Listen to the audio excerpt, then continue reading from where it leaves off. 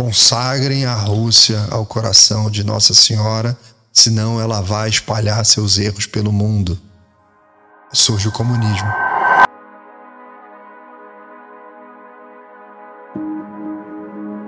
Você acha que é por isso também que a mídia tradicional meio que morreu? As pessoas querem ver? Absolutamente. Né? A Globo, né, como um todo, tá morrendo. Morrendo. Né? Perceba o seguinte, a mídia com o público é uma relação de consumo. Então, eles produzem, você consome. O seu consumo está ligado ao seu interesse. Sim. E a produção dele está ligado ao interesse do coletivo, daqueles grupos de pessoas que assistem. Então, é como se fosse um restaurante, as pessoas gostam de feijoada às sexta-feira, eu faço feijoada às sextas-feiras. O que aconteceu na mídia é que eles não fazem mais a feijoada às sextas-feiras, ele faz sushi, né? Aí o cara que gosta de feijoada não gosta do sushi, aí começaram a misturar tudo no sentido de que ele não tá mais atendendo ao seu público. Sim. Ele tá querendo mudar a sua opinião, ele tá querendo te influenciar, ele tá querendo que você não olhe em determinada direção, olhe em outra. Sim. Então começou a ser uma coisa absolutamente diferente do que foi, por exemplo, a imprensa ao longo de toda a sua vida. Você pega a imprensa do século XIX, os jornais eram muito personalísticos, que era assim, o jornal tem um perfil do José do Patrocínio, que é o dono do jornal, os artigos ele que escrevia, você comprava o jornal porque você gostava daquele cara. Sim. Nós fizemos isso durante muito tempo, você pegava a Veja para ler o Reinaldo Azevedo, para você ler aquele outro que tá lá na Itália, que tem decepção, né? Você ia lendo os artigos daquele autor que você curtia, gostava. Sempre foi assim. Sim. Aí, no século XIX, já tinha um serviço de assinatura e já tinha um serviço de venda em banca de jornal. Quando chega no final do século XIX e início do século XX, com o advento da Primeira Guerra Mundial, a imprensa mudou. Porque, você veja, a imprensa século XIX é uma imprensa personalística, no perfil do dono. Rui Barbosa tinha um jornal dele, cada um tem o seu ali e tal. Quando chega na Segunda Guerra, surge a necessidade de uma cobertura ampla, porque agora o conflito envolve várias nações, logística, arma, deslocamento, recrutamento, a política, como é que está acontecendo, hospital. Então eles passam a ter ampla cobertura. Sim. Então sai do jornal personalístico e começa a se profissionalizar, tá? Então isso vai crescendo, tá? As equipes vão crescendo, vai aumentar a demanda, mais assinante, mais venda de banca e tal. E no meio do caminho, mais ou menos ali, chega nos anos 30, Vargas, ele começa a ser um anunciante no jornal, porque ele começa a criar as regras de publicação obrigatória do tipo: você tem que publicar o balanço da sua empresa num jornal de grande circulação. O Estado começa a entrar na imprensa. Sim. Ok. O tempo vai evoluindo, né? E sempre aquela luta da imprensa com o seu público consumidor, atendendo notícia, tal, investigação, tal, todo mundo vendo jornal. Aí às vezes saía a Veja saía denúncia da semana, aquela capa e tal. Todo mundo ia lá, 2 milhões de exemplares vendidos. Você está consumindo aquilo que te interessa. A coisa shiftou naquela época, quando o governo passou a ser o principal anunciante da imprensa. Você não critica o anunciante. Sim. E como você não critica o anunciante, você não pode falar muito do que ele está fazendo. Aí aquele produto que você servia, aquela feijoada que você servia ali, ela começa a ficar meio azeda, faltando uns pedaços de carne, tá faltando uma linguiça aqui, tá faltando um monte de coisa nessa feijoada, porque você não pode falar do teu principal anunciante. Deixa de ser personalístico e vira propaganda. Entendeu? Então você tem toda essa transição do personalístico profissional.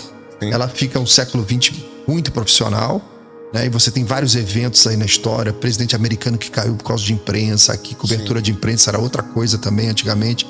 Jornalismo investigativo, que é um negócio que desapareceu. Não existe, Não existe mais. Tanto que a gente tá tendo agora uma briga por causa do vídeo do Felca.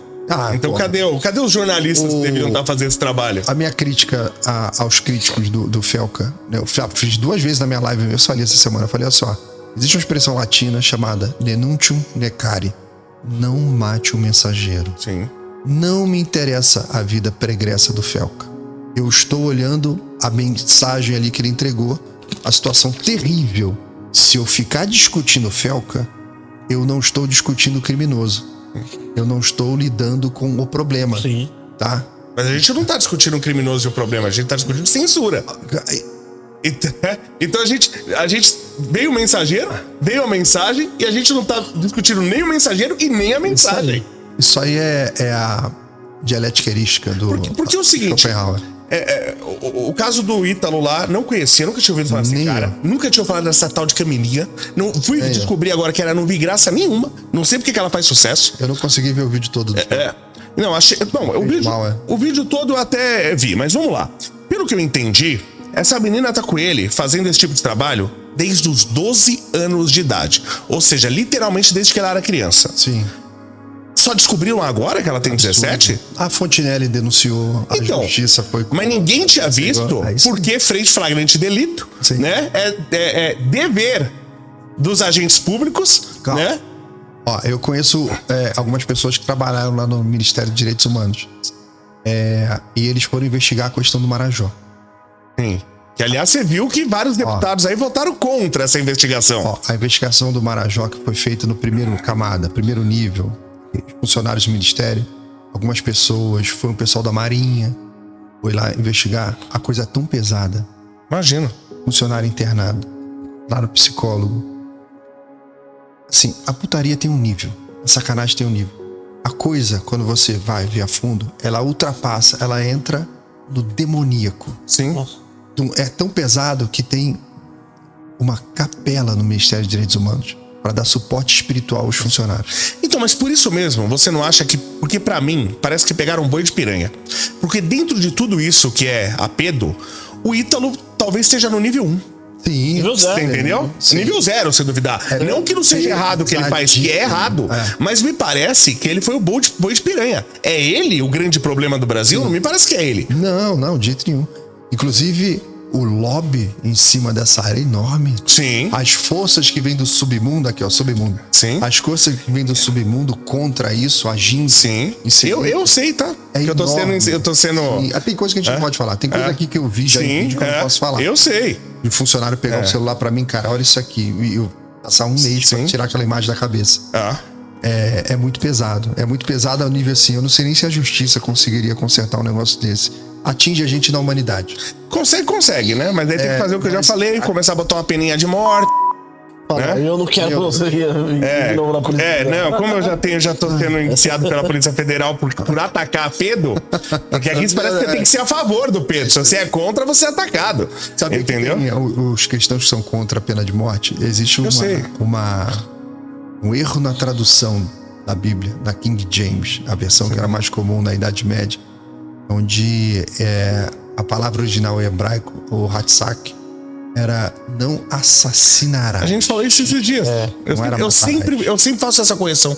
Sempre. E Jesus falou: vem da sua capa e compra uma espada. Eu acho que não era pra cortar pão com essa espada. Eu acho. Entendeu? Nem pra fazer cosplay de nada, não. Era pra você usar mesmo. Ô, Laudelino, e essas denúncias que você às vezes recebe assim, que é muito pesada, por que chegam essas denúncias pra você? Olha, o que a gente percebe, isso tem acontecido no Brasil como um todo, a população tá sem referências. O brasileiro, por exemplo, o caminho normal seria você, olha, eu vou fazer uma denúncia para o Ministério Público, eu vou numa delegacia, né? Eu vou levar para o Estado, para o governo. O Brasil não tem nenhuma confiança no governo. Não. Zero. Olha, se eu fizer a reclamação, se eu fizer a denúncia, não vai acontecer nada. Então as pessoas preferem, às vezes, colocar você como... A internet inteira, você pode falar com qualquer um aí. O que mais a gente recebe é denúncia aí de situações. E a gente tenta direcionar da melhor maneira aí pra ver que, às vezes, fala, isso aqui, o que eu vou fazer contra o tráfico de droga? O que eu vou fazer com um assassinato? Cara, não tem outro caminho. Você tem que procurar o Estado.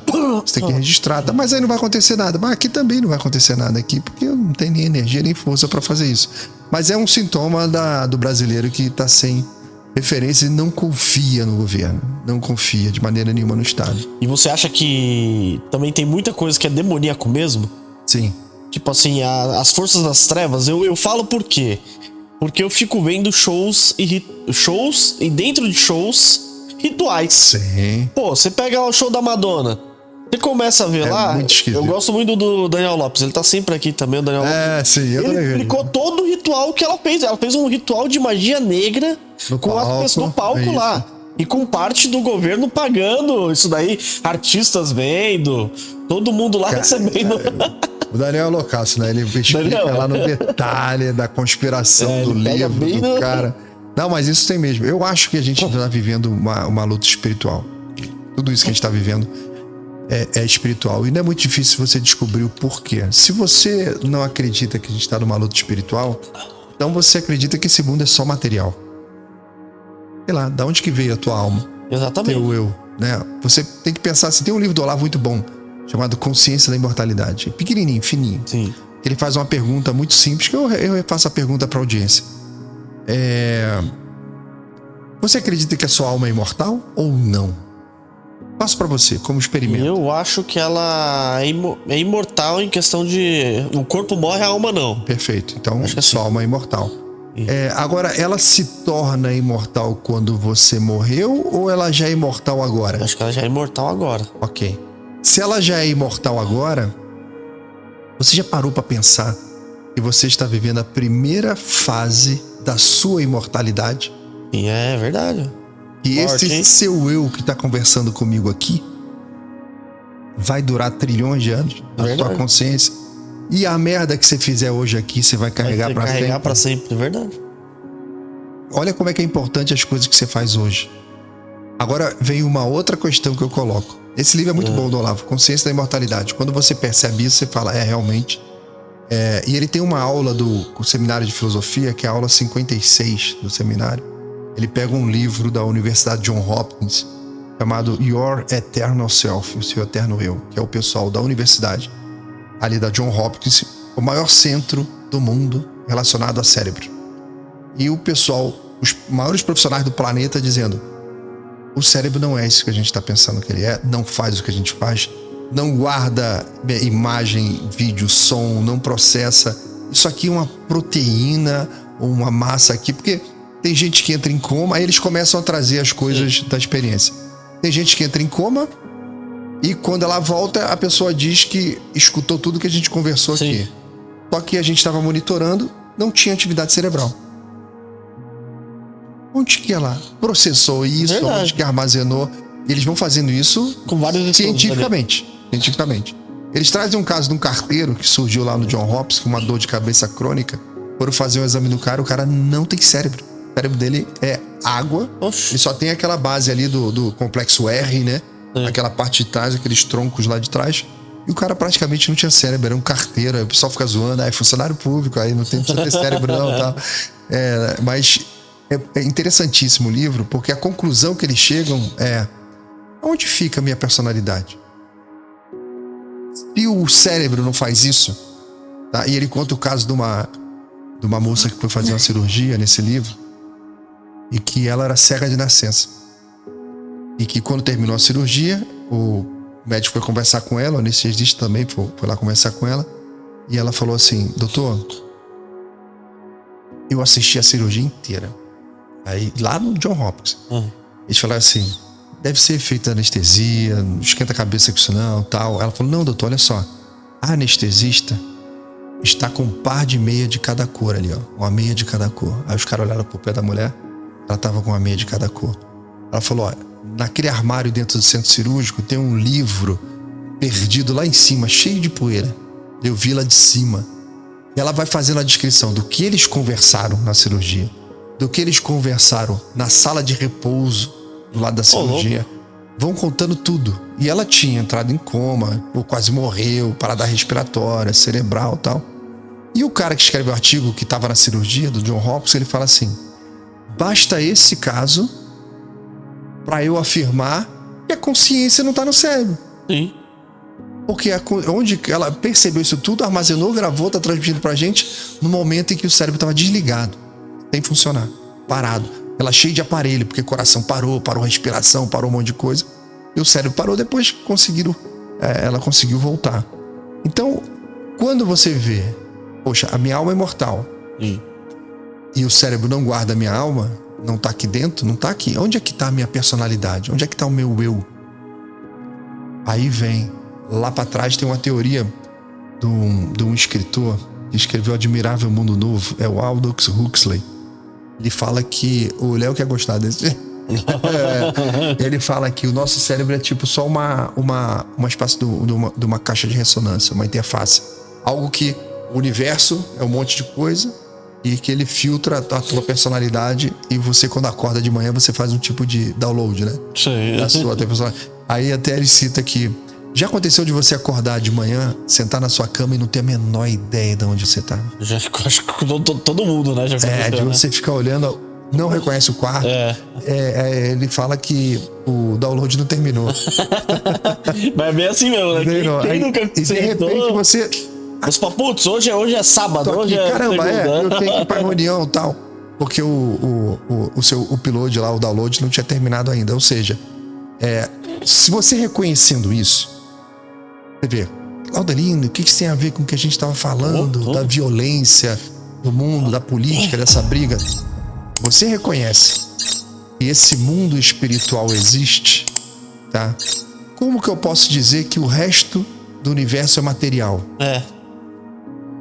Tudo faz parte, principalmente a humanidade. Então, isso que a gente está vivendo hoje, essa luta, inclusive aqui dentro do Brasil, você vê que é uma constante. O mal sempre está no mundo. Você pega épocas anteriores que foram muito piores do que agora. Segunda Guerra Mundial. 70 milhões de pessoas morreram das piores formas possíveis. Foi muito pior do que agora, tá? E você, quando vai analisar, era uma luta do bem contra o mal. Sim. Você vai lá na Primeira Guerra, luta do bem contra o mal. Você vai voltando na história, vários tempos e tal. Aí você vai no indivíduo. O cara que tá tendo um problema em casa, tal, com o vizinho, com o porteiro, no trabalho. Pô, o cara tá me sacaneando no trabalho, tá querendo me dar uma rasteira lá pra também pegar o meu cargo, a minha promoção e tal. Pô, é a luta do bem contra o mal. Você só quer trabalhar e o cara tá lá na crocodilagem lá pra tirar alguma coisa de você. É a luta do bem contra o mal. Então, no fundo, a gente tá vivendo uma guerra espiritual. E essa guerra espiritual, eu tô sentindo que ainda é muito mais forte, porque eu vou te dar um exemplo lá. A gente já falou de Marajó aqui, falamos do Sons of Anarchy. Não, Sons of Anarchy não. A série, não. Sons of Anarchy não, pô. O Som da Liberdade, né? Liberdade. o Som da Liberdade. Meu, você reparou que o Som da Liberdade, quando chegou, quanta gente se levantou contra o filme daquele? Os infernos se levantaram. Aí você olha assim... aí você olha e fala assim, qual motivo uma pessoa do bem, uma pessoa normal ali, vai se levantar contra um filme desse? Não existe motivos. O cara não fala de política, o cara só tá com uma causa lá, libertar as crianças que são sequestradas e tal, e muita gente se levantou. Você vê, muitas pessoas aqui do Brasil se levantaram, a mídia se levantou contra, colocaram que era um filme bolsonarista. Um filme forçado e tal. Como se a pauta não existisse, fosse uma coisa forçada. E tem uma coisa aqui que a pastora Sara falou, eu acho que ela falou só aqui nesse podcast, que ela falou que quando surgiu isso daí tá tomando uma proporção tão grande,